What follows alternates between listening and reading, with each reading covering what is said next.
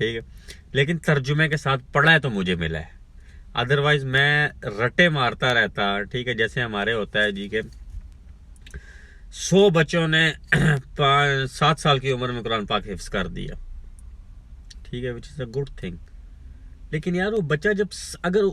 ان بچوں کو 70 سال کی عمر تک قرآن کی سمجھ نہیں آئے گی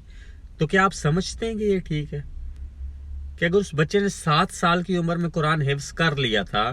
اور وہ 70 سال کی عمر تک پہنچ جائے گا لیکن اس کو قرآن کی ایک آیت کی سمجھ بھی نہیں آ سکے گی، کیا وہ چیز ٹھیک ہے؟ کیوں نہ ایسا ہو کہ قرآن بیسیکلی سمجھایا جائے؟ یار دیکھو 7 سال کی بجائے اگر 27 سال بھی انسان کی زندگی کے لگ جائیں نا، ٹھیک ہے، تھوڑا تھوڑا کر کے،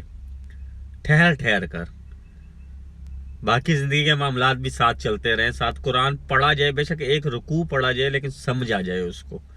اگر زندگی کے 27 سال بھی لگ جائیں تو گھاٹے کا سودا تو نہیں ہے، بہت منافع کا سودا ہے۔ یہاں سے نیچے قرآن اتر گیا نا تو زندگیاں بنیں گی، ادروائز مارتے رہو رٹے، وہ ایسے کر کے رٹے مارتے ہوتے ہیں مدرسوں میں، مارتے رہو جتنے رٹے مارنے ہیں، وہ کہتے ہیں کہ فرید علی زبان بھی ہوئے، جتنے مرضی رٹے مارتے رہو کوئی فائدہ نہیں ہے، ثواب سزا کا اللہ معاف کرے، میں 1000 دفعہ اللہ سے توبہ کرتا ہوں، میں اس چیز کے بارے میں کوئی بات نہیں کرتا، ٹھیک ہے، ثواب، گناہ، نیکی، گناہ، جزا، سزا، سب اس کے اختیار میں ہے، وہ ثواب بھی دے گا، جنت بھی دے گا، سب کچھ دے گا، لیکن میں اس زندگی کی بات کر رہا ہوں، میں آگے زندگی کے بارے میں نہ ہی کچھ جانتا ہوں اور نہ میں اس کے بارے میں کوئی بات کر رہا ہوں، میں اس زندگی کے بارے میں بات کر رہا ہوں کہ اگر یہاں پہ اپنی زندگیاں ایزی کرنی ہے نا، اگر اپنی زندگیوں کو آسان بنانا ہے، ٹھیک ہے، تو قرآن کو ترجمے کے ساتھ پڑھو اور اس کی تفسیر پڑھو، اس کو سمجھو، رٹے نہ مارو یار۔ دیکھو 30 پاروں کی یہ کتاب مبین ہے، اللہ کا کتاب مبین ہے، کھلی کتاب ہے، کھلی کتاب کا مطلب یہ ہے کہ یار تمہارے لیے یہ چیز نازل ہوئی ہے، اس کو پڑھو، اس میں جتنے بھی راز چھپے ہوئے تم اس پہ غور کرو گے، جب پڑھو گے تو تمہارے لیے کھل جائیں گے، وہ ایسا بالکل بھی نہیں ہے۔ میں ہمیشہ سے کہتا ہوں کہ ہو سکتا ہے کوئی مولوی حضرات سنیں اور اس پہ میرے پہ فتویٰ ہی لگا دیں، لیکن مجھے پرسنلی طور پہ یار قرآن سے زیادہ ایزی بک کوئی بھی نہیں لگی ہے، اور قرآن اتنی خوبصورت کلام ہے اللہ کا جس میں اللہ ڈائریکٹ بات کر رہا ہے یار۔ دیکھو جیسے کل ہے نا، ٹھیک ہے، کل ہو اللہ احد، ٹھیک ہے، کل ہو اللہ احد، جیسے کل ہے ہر جگہ، مطلب بہت سارے مقامات پہ کل آیا کہ کہیے، وہ کل بھی ہم تک اسی طرح سے پہنچا ہے، سیم ٹو سیم۔ اس چیز کو انڈرسٹینڈ کرنے کی ضرورت ہے، ڈائریکٹ وہ بات کر رہا ہے۔ جب اللہ رب العالمین ساری کائنات کا رب ڈائریکٹ بات کر رہا ہے تو ہم اس کی باتوں کے رٹے مارتے رہیں گے، کیا ہمیں کچھ فائدہ ہوگا اس زندگی میں؟ میں آپ کو ایک ایگزامپل دیتا ہوں یار، ایک ایگزامپل دیکھو 2 لوگ جیسے بات کر رہے ہوں، ٹھیک ہے، اب آپ سن رہے ہیں اگلے کی بات، ٹھیک ہے، لیکن آپ کے پلے کچھ بھی نہیں پڑ رہا، سمجھ نہیں آ رہی کچھ، آپ کو کچھ فائدہ ہوگا اس چیز سے؟ بالکل بھی نہیں۔ اس لیے میں اس چیز پہ زور دیتا ہوں یار، ہمارے علماء حضرات نے نا جنت جہنم کے چکر میں ڈال دیا لوگوں کو، ٹھیک ہے، اللہ معاف کرے، جنت و جہنم سوری کا انکاری کوئی بھی نہیں ہے، ٹھیک ہے، لیکن اس دنیا میں اگر آپ زندگی اچھی گزارو گے، قرآن و سنت و حدیث کے مطابق زندگی گزارو گے نا، تو آپ جنت یہاں سے لے کے جاؤ گے ساتھ، آپ کے ہمارے اعمال ہی ہمارے لیے جنت کا باعث بنیں گے نا، ٹھیک ہے۔ آپ جنت جہنم کے چکر میں لگا دیا، جنت تو اس نے دے ہی دینی ہے، میرا پرسنل ماننا ہے یہ،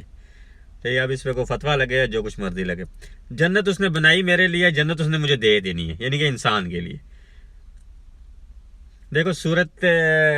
ملک کے سٹارٹ میں نا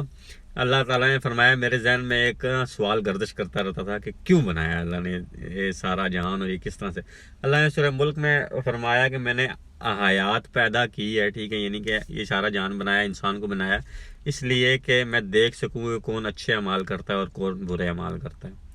تبارک الذی بیدہ الملک وہو علی کل شیء قدیر الذی خلق الموت والحیات لیبلوکم ایکم احسن عملا وہو العزیز الغفور،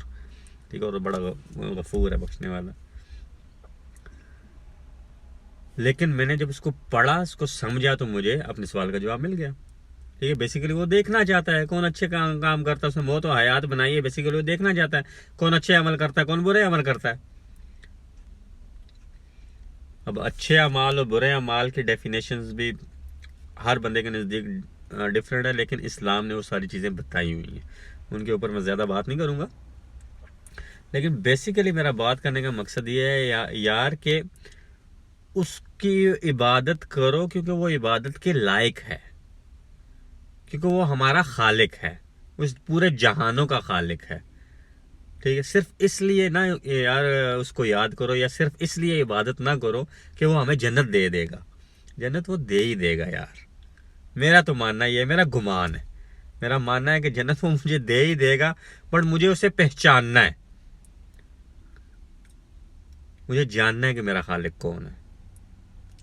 یہ میں باتیں زیادہ گہری ہو جائیں گی اب.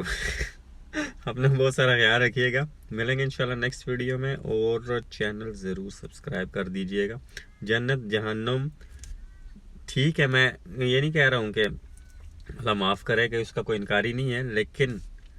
پھر وہی بات کروں گا یار, اس سے محبت کرو, وہ ہمارا خالق ہے, 70 ماؤں سے زیادہ ہم سے پیار کرتا ہے, اسے پہچاننے کی کوشش کرو. جنت اس نے دے ہی دینی ہے, میرا ہی ماننا ہے. اللہ حافظ.